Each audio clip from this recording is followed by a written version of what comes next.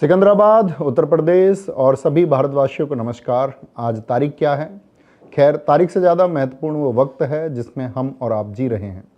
15 दिसंबर 2025 वो आखिरी दिन था जब दिल्ली पुलिस के प्रैक्टिस सेट में मैंने यूट्यूब पर आखिरी क्लास ली थी और आपसे कहा था कि मैं एक यात्रा पर जा रहा हूँ। इसे आप वनवास कह सकते हो या आत्ममंथन। उस दिन से लेकर आज तक आप लोगों के हज़ारों कमेंट्स आए कि भैया आपने पढ़ाना छोड़ दिया, आप राजनीति में क्यों जा रहे हो, वो तो गंदी जगह है, आप पढ़ाना छोड़ दोगे तो फिर हमें कौन पढ़ाएगा। मैं पिछले 2-3 महीने से लगभग उस तरह की प्रतिक्रियाओं को, कमेंट्स को देख रहा था, पढ़ रहा था और मैं कहीं ना कहीं आपकी नाराज़गी भी महसूस कर रहा था और आपकी उम्मीद भी, लेकिन मैं चुप था। जानते हो क्यों? क्योंकि शोर मचाने के लिए सिर्फ गले की ताकत चाहिए, लेकिन सच बोलने के लिए जिगर की ताकत चाहिए। और ऐसा कह सकते हैं कि वो ताकत जुटाने में मुझे थोड़ा वक्त लगा। महान दार्शनिक अरस्तु ने सदियों पहले कहा था, man is by nature A political animal. मनुष्य स्वभाव से ही एक राजनीतिक प्राणी है, लेकिन हमारे देश में हमने राजनीति को एक गाली बना दिया है। हमने मान लिया है कि अच्छे पढ़े लिखे लोग, संवेदनशील लोग राजनीति में नहीं जाते। हमने मान लिया है कि राजनीति सिर्फ बाहुबलियों और रसूखदारों का खेल है। और यही वो सबसे बड़ा झूठ है जिस बारे में बात करने के लिए और आपके सवालों का जवाब देने के लिए आज मैं यहाँ बातें कर रहा हूँ। आज मैं यहाँ किसी पार्टी का प्रवक्ता बनकर नहीं बैठा हूँ। आज मैं यहाँ नवीन शर्मा बनकर बैठा हूँ, वही नवीन शर्मा जिसने एक किसान के घर में पैदा होकर के और जितने कम संसाधनों में कोई व्यक्ति खुद को कामयाब कर सकता है, जितनी मेहनत कोई खुद को कामयाब बनाने के लिए कर सकता है, उतनी मेहनत की। मेरे साथी जानते होंगे, जब मैं ऑफलाइन पढ़ाता था तो पूरे दिन वो पसीनों में भीग करके पढ़ाना, पसीने में भीग कर पढ़ाते हुए सबने देखा होगा, वो अपनी एक शुरुआत रही थी। वही नवीन शर्मा जिसको इस देश में ऑनलाइन क्लास में सब नवीन भैया कहने लग गए, और जिस नवीन शर्मा ने जीके, जीएस, हिंदी और इतिहास पढ़ाया। लेकिन इतिहास पढ़ाते पढ़ाते एक बात समझ में आ गई कि अगर हम खुद इतिहास लिखने की हिम्मत नहीं करेंगे तो वो लोग हमारा इतिहास लिखेंगे जिन्हें ना तो हमारी तकलीफ़ों का पता है और ना ही हमारे सपनों की परवाह। आप पूछते हैं ना कि राजनीति ही क्यों, उसका जवाब देने से पहले मुझे आपसे कुछ पूछना है। क्या आप उस सिस्टम से खुश हैं जहां डिग्रियां बंट रही हैं लेकिन उम्मीदें दम तोड़ रही हैं? क्या आप उस डर के साथ जीना चाहते हैं जहां सच बोलने की कीमत एक आम आदमी को अपनी सुरक्षा और सम्मान खोकर चुकानी पड़ती है, एक छात्र को अपना हक मांगने पर लाठियां खानी पड़ती हैं? अगर आपका जवाब नहीं है तो फिर मेरी चुप्पी का कारण भी आपको समझ आ जाएगा। मैं आज यहाँ सफाई देने नहीं आया हूँ, मैं आज यहाँ एक प्रस्ताव रखने आया हूँ, एक पढ़े लिखे नागरिक का अपने जैसे दूसरे जागरूक नागरिकों के लिए एक प्रस्ताव। मैं देख रहा हूँ हर तीसरा कमेंट यही है कि भैया राजनीति तो गंदी होती है, आप अच्छे टीचर हो, आपको इस कीचड़ में नहीं उतरना चाहिए, गंदी है, बिल्कुल गंदी है, कीचड़ है, 100% कीचड़ है। लेकिन कभी सोचा हम ऐसा क्यों सोचते हैं कि राजनीति कीचड़ है और यह कीचड़ हमारे घर के आंगन तक कैसे पहुंचा?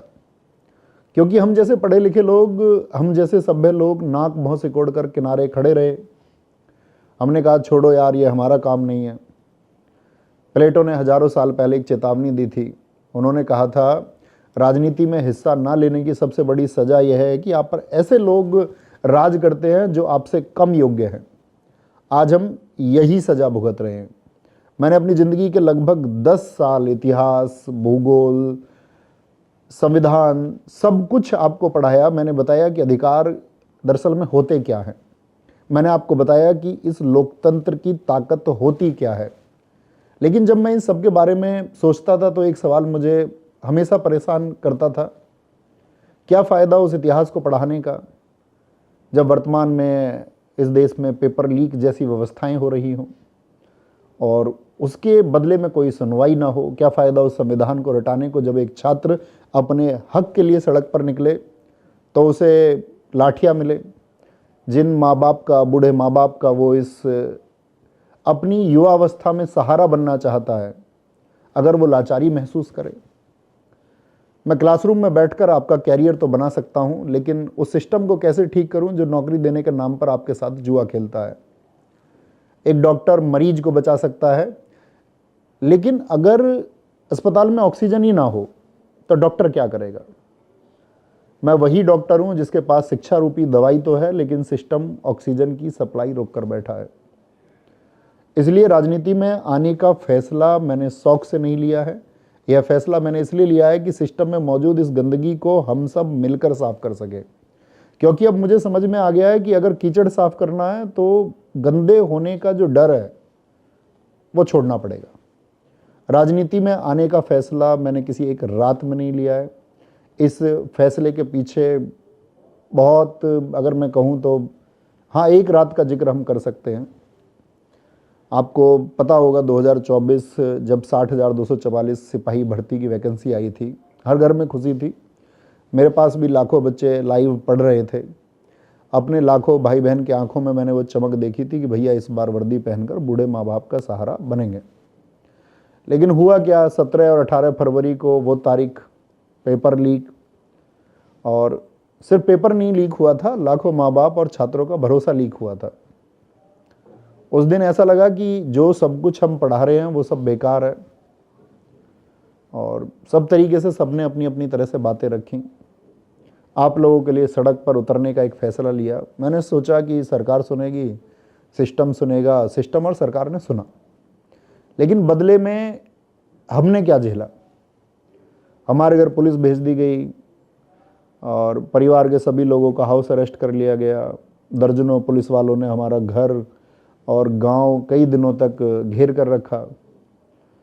हमारे घर में जो भी सदस्य थे, तो जितनी भी मानसिक उत्पीड़न किसी का किया जा सकता था वो किया, जिसका इस सब से कोई लेना देना नहीं था। मैं चाहता तो मैं भी सोचता कि ठीक है, बाकी सबकी तरह हम भी मूक हो जाते हैं, हम भी चुप हो जाते हैं।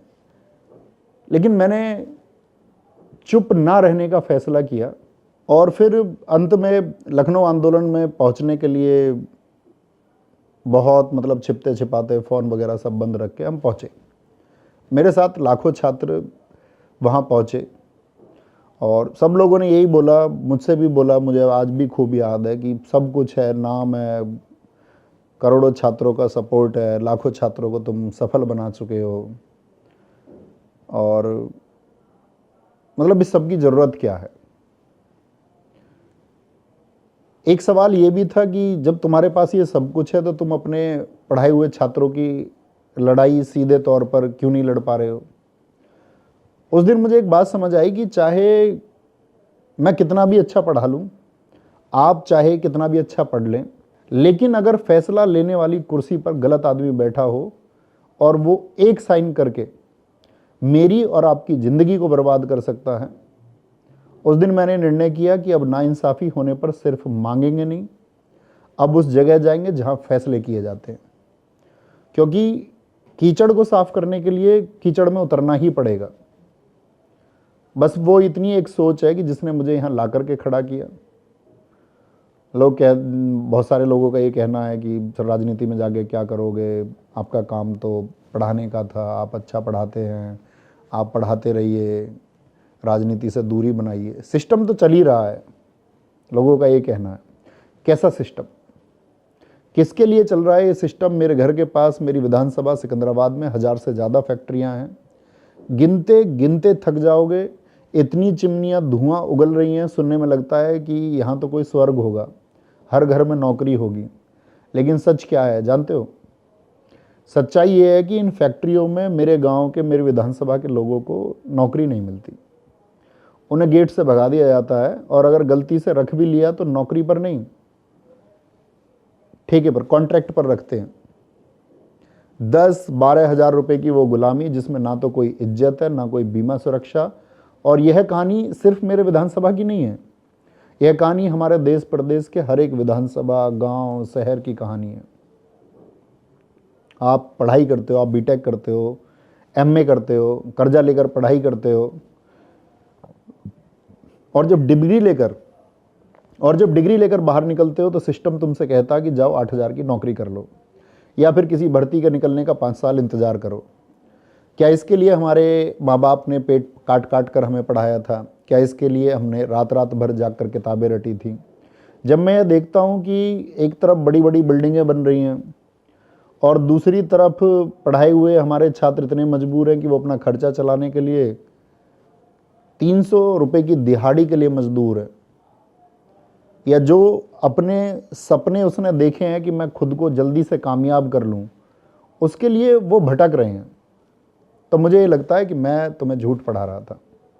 क्योंकि असलियत यह है कि विकास की इस दौड़ में तुम्हें और मुझे बस एक दर्शक बना दिया है। खिलाड़ी कोई और है, जीत कोई और रहा है, इसलिए बहुत हो गया दर्शक बनना। अब हम सबको मिलकर के एक खेल बदलना है, और खेल मैदान के बाहर बैठकर नहीं बदला जाता, खेल मैदान में उतरकर बदला जाता है। कलम की जो ताकत है उसको मैं और आप बहुत अच्छे से जानते हैं, इसी से हमने और आपने मिलकर कई परीक्षाएं पास की। लेकिन एक कड़वी सच्चाई बताऊं, इस देश में चपरासी बनने के लिए भी 10वीं पास होना ज़रूरी है, सिपाही बनने के लिए 12वीं होना ज़रूरी है, कलेक्टर बनने के लिए ग्रेजुएशन ज़रूरी है। लेकिन अफसोस हमारे ऊपर जो लोग बैठे हुए हैं, जो नियम बनाते हैं, जो हमारी किस्मत का फैसला करते हैं, उनके लिए कोई योग्यता तय नहीं है। यही कारण है जब संसद या विधानसभा में शिक्षा बजट या रोजगार नीति पर जब बहस होती है, या सरकार की किसी भी योजना पर कोई बहस होती है, जब किसानों की दुगनी आय करने की बात होती है, तो वहाँ पर एक सन्नाटा छा जाता है। क्योंकि जिसे दर्द का पता नहीं वो दवा क्या देगा। वहाँ ऐसे लोग बैठे हुए हैं जो आपके बारे में चर्चा तक करना नहीं चाहते। नेल्सन मंडेला ने एक बार कहा था, education is the most powerful weapon which you can use to change the world.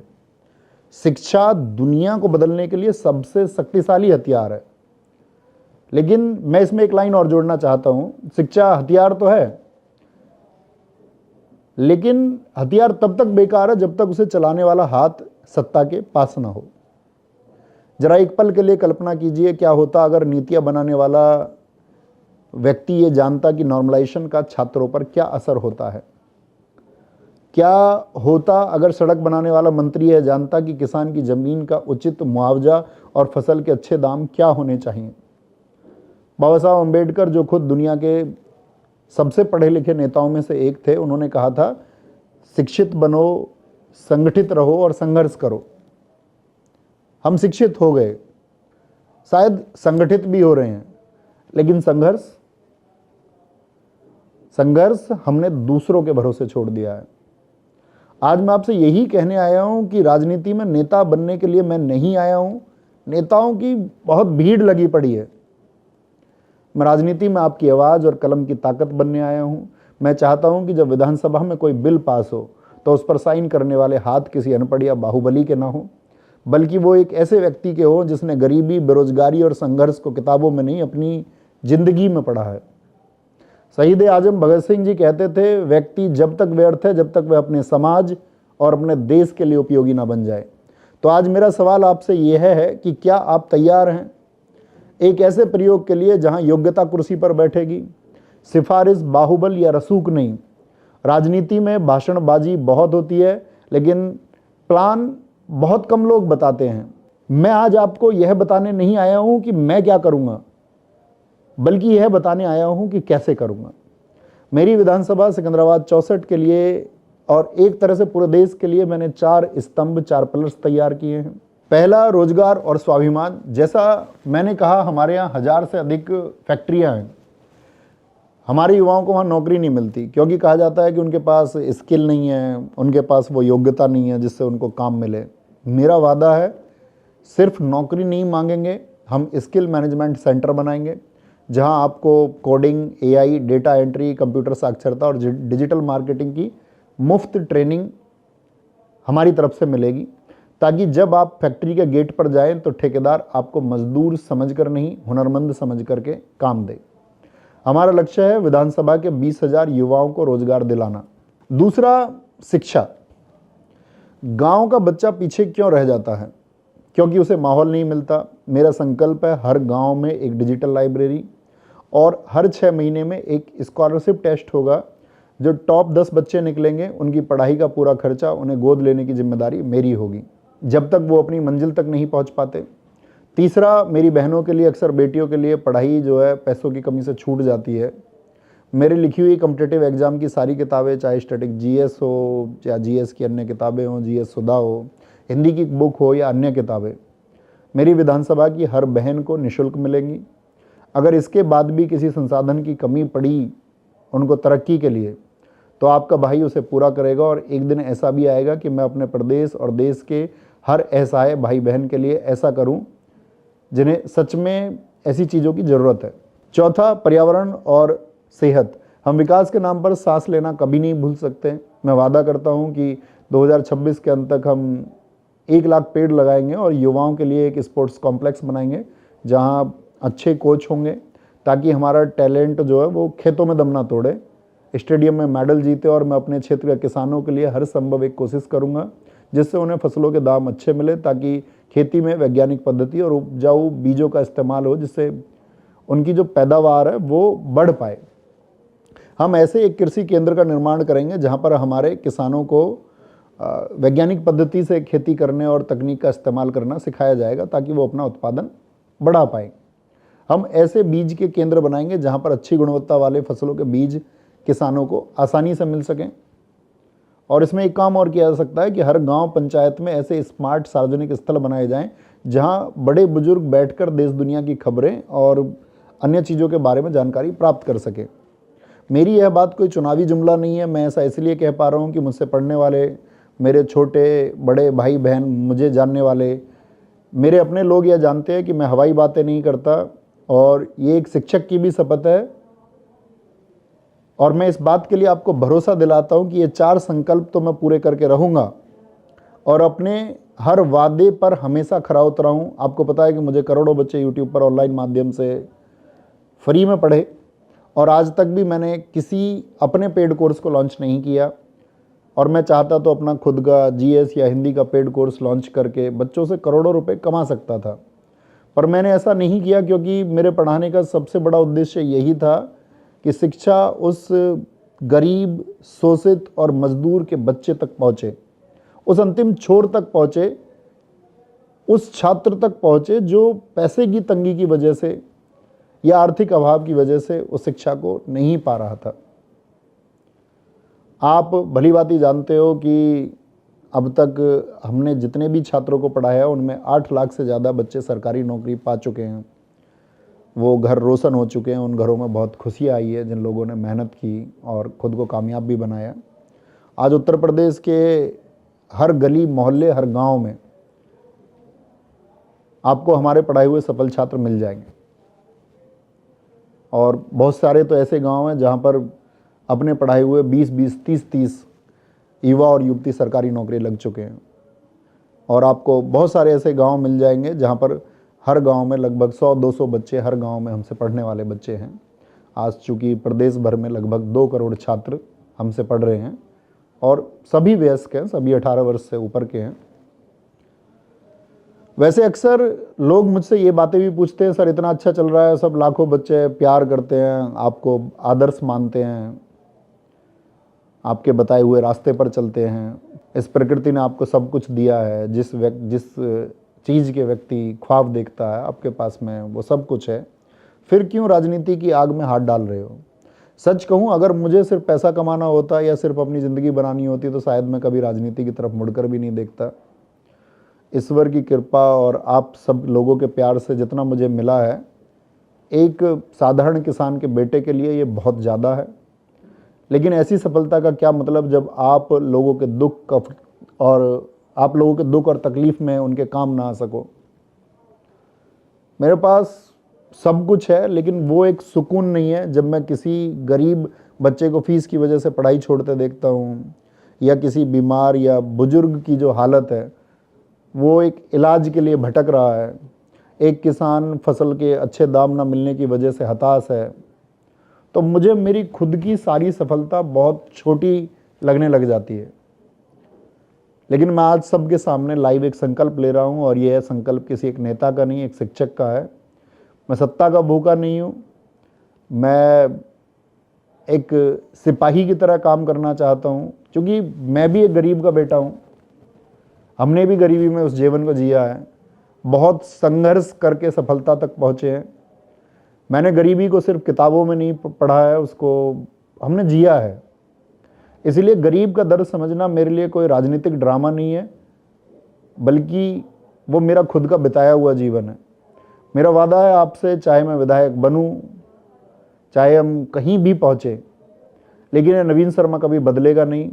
वही नवीन जो नहर के किनारे पसीने में लथपथ होकर आपको पढ़ाता आया था, वही नवीन जो आपके एक मैसेज पर रात को 11 बजे भी 12 बजे भी कक्षा लेता था, वही नवीन जिसने दिन में 12-12 14-14 घंटे एक जगह खड़े होकर इस बात के लिए पढ़ाया कि मेरे जो वंचित वर्ग के लोग हैं, जो मेरे गरीब, मजदूर, शोषित और पिछड़ों के बच्चे हैं, जो संसाधनों की वजह से कामयाब नहीं हो पा रहे हैं, वो कामयाब हो जाएं। और मैं उस सपने में सफल भी हुआ, लाखों छात्र सफल हुए।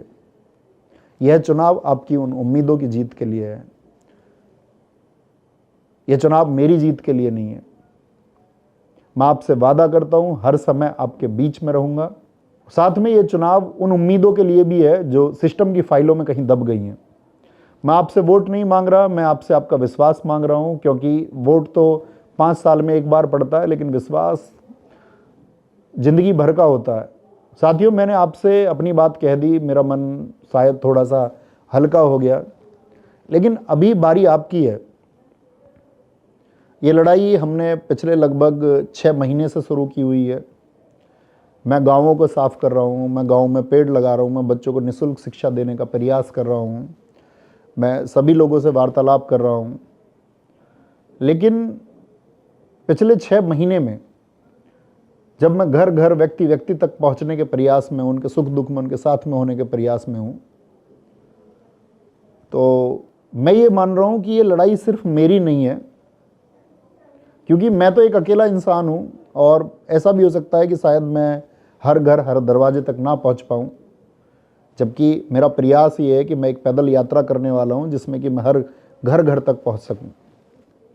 लेकिन आप लाखों में हैं। मैं आज आपसे गुरु दक्षिणा भी नहीं मांग रहा हूं, मैं आपसे आपका साथ मांग रहा हूं।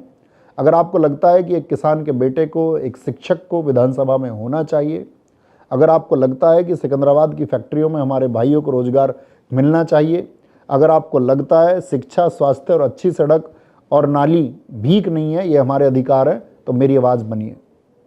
इस वीडियो को, इस संदेश को उस हर घर तक पहुंचा दीजिए जहां उम्मीद टूट चुकी है। उन्हें बताइए कि एक लड़का है जो सिस्टम से लड़ने के लिए, सिस्टम को बदलने के लिए निकला है, लेकिन आज शायद उसके पास बाहुबल ना हो, लेकिन उसके पास जनबल है। आज घर घर में उसके छात्र हैं और वो जनबल आप हैं। भगवान बुद्ध ने कहा था अपदीपो भव, अपना प्रकाश आप स्वयं बनिए। और मैंने भी क्लासेस में आपको यही सिखाया है और मैं फिर से कह रहा हूँ, आप इस सिस्टम को गालियां देते रहेंगे जब तक आप इसको बदलेंगे नहीं। इसलिए अपना दीपक खुद बनिए, किसी के भरोसे मत बैठिए। ये चुनाव मेरा नहीं है, यह चुनाव उस पिता का है जो अस्पताल के बाहर रो रहा है, यह चुनाव उस युवा का है जो डिग्री लेकर सड़क पर भटक रहा है, यह चुनाव मेरी उन बहनों का है जो पढ़ना चाहती हैं, चुनाव उस किसान का है जो साल भर के मेहनत के लिए अच्छे दाम मांग रहा है। तो उठिए, मेरी ताकत बनिए, क्योंकि जब एक शिक्षक, युवा अपने बड़े बुजुर्ग, किसी अपने बेटे, भाई, बंधु के लिए सड़क पर उतरता है तो सरकारें बदल जाती हैं। मैं तैयार हूं कि आप मेरे साथ हैं, क्योंकि विकास तभी संभव है जब स्थानीय नेतृत्व और कोई स्थानीय व्यक्ति इसके बारे में सोचे। जब कोई व्यक्ति बाहर का आकर के आपके बारे में निर्णय लेगा, तब याद रखना वो व्यक्ति सिर्फ और सिर्फ अपने स्वार्थ को पूरा करना चाहता है, अपने हितों की रक्षा करना चाहता है। उसका आपके भविष्य, आपके आज के वर्तमान से कोई लेना देना नहीं है। हमारे गांव, समाज और क्षेत्र का नहीं, वो हमारी, जो हमारे गांव, समाज और क्षेत्र का नहीं है, वो हमारी परेशानियों को नहीं समझ सकता है। और याद रखिएगा, संघर्ष ही जीवन है। और रही बात मेरे पढ़ाने की, तो मैं जल्द ही आप लोगों को फिर पढ़ाने के लिए लौटूंगा। और अभी बस मुझे आप लोगों के लिए थोड़ा वक्त चाहिए। उम्मीद आप मेरी बातों को समझेंगे और मेरा साथ देंगे, क्योंकि हमें साथ मिलकर बहुत आगे तक जाना है। और अंत में कुछ लाइनें हैं जिससे सुनकर शायद आप मेरे बारे में थोड़ा और जान सकें। मैं वो कलम हूँ जो बिकना नहीं जानती, झुककर किसी के आगे लिखना नहीं जानती। तुम्हारे दरबार में शोर होगा चाटुकारों का, मगर मेरी जुबान सच के सिवा कुछ और नहीं जानती। तुम मुझे मिटाने की साजिशें हजार कर लो, पर मुझ में सच्चाई की आग है जो बुझना नहीं जानती। और इस सब के बाद में आप सबसे यही सिर्फ एक प्रार्थना है कि यदि मैंने आपके लिए कुछ भी किया है तो आप इस वीडियो को सिकंदराबाद के प्रत्येक व्यक्ति तक, जो उनके रिलेटिव्स हैं या सिकंदराबाद के आसपास का जो क्षेत्र है वहाँ तक इस वीडियो को पहुँचाने की जिम्मेदारी आप उठाएं। और इस वीडियो को सिर्फ पहुँचाना नहीं है, आपको एक आग्रह भी करना है कि ये कुछ शब्द हैं और आपके आने वाले भविष्य के लिए शब्द हैं।